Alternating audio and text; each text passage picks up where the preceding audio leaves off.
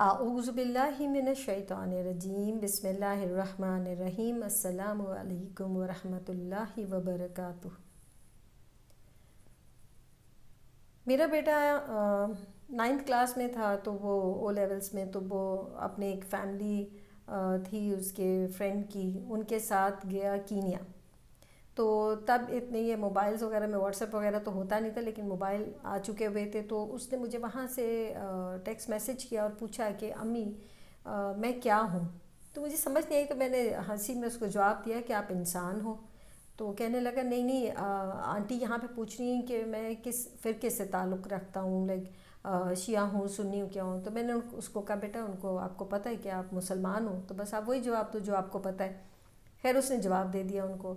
अच्छा, यही मामला मेरी बेटी जब कैनियर कॉलेज में दाखिला लिया तो वहाँ टीचर्स वगैरह करती होंगी, सवाल जवाब पूछती होंगी।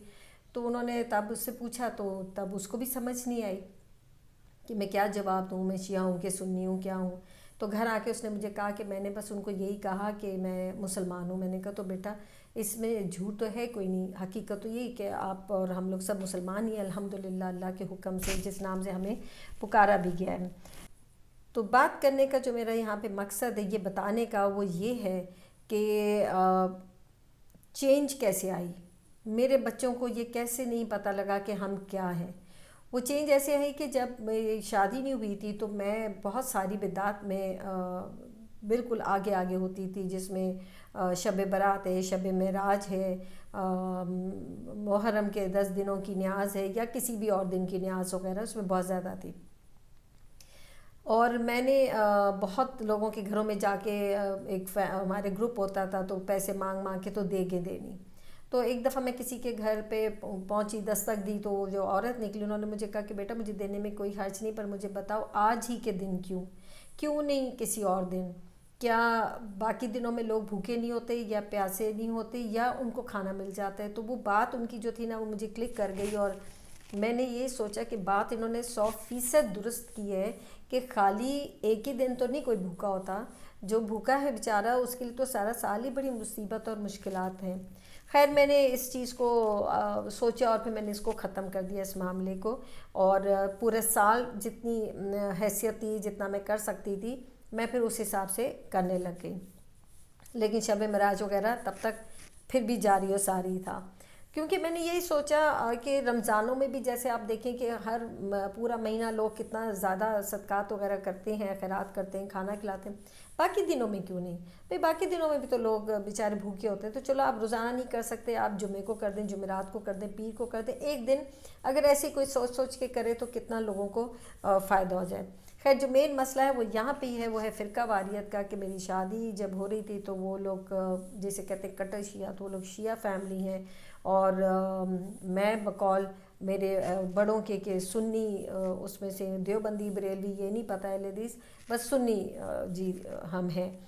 तो मेरे फ़ादर को थोड़ा सा प्रॉब्लम हुआ, अल्लाह बख्शे, उन्होंने मुझे कहा भी, तो मैंने उनको कहा कि आप बेफ़िक्र रहें, जो आप कहना चाह रहे हैं मैं समझ रही हूँ, और मैं बिल्कुल भी ऐसे किसी तरफ भी अपने बच्चों को नहीं लेकर आऊँगी। और मैंने उनसे किया हुआ वादा जो था पूरा किया, और मैंने अपने बच्चों को बचपन से एक ही चीज़ सिखाई कि हम मुसलमान हैं, हम मुसलमान हैं, हम मुसलमान हैं।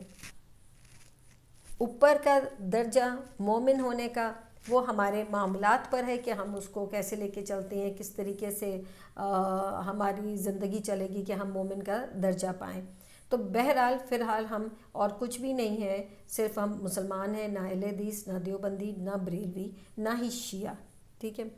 तो मगर मुझे अफ़सोस के साथ ये कहना पड़ता है कि लोग जो है ना आजकल दीन की बातें बहुत करते हैं, बहुत ज़्यादा दीन फैलाते हैं, सब कुछ है, मगर अंदर से वो अभी भी फ़िरका वारियत में, अंदर से वो अभी भी जो है ना उनके अंदर यही चलता है कि हम देवबंदी हैं या बरेलवी या अहले हदीस हैं या शिया हैं। वो इस चीज़ को नहीं मानते कि जी हम फ़िरका वारियत वाला काम करते हैं, लेकिन वो अंदर से हैं। उसकी वजह मैं बताती हूँ, क्योंकि सबसे बड़ा जो मसला है वो है इमामों का। تو جب آپ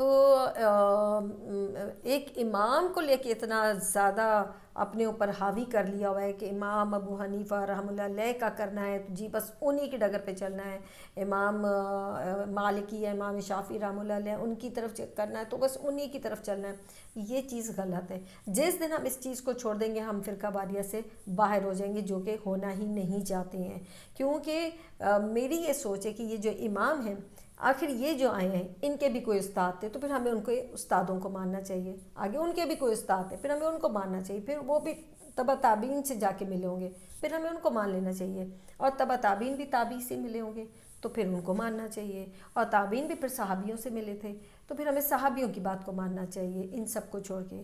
اور صحابی نے کہاں سے علم حاصل کیا؟ وہ ایک ہی ہیں، امام اعظم حضرت محمد صلی اللہ علیہ وآلہ وسلم، ان سے بڑھ کر کوئی بھی نہیں ہے، پھر ہمیں ان کی بات ماننی ہے، ہمیں ان کا سننا ہے۔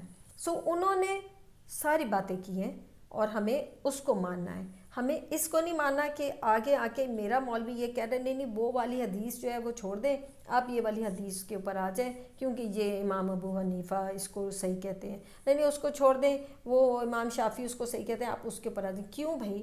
نبی کریم صلی اللہ علیہ وآلہ وسلم نے تو سب کچھ بتا دیا نا، تو ہمیں سب کو دیکھ کے چلنا ہے، کس موقع کی مناسبت سے کیا ہے۔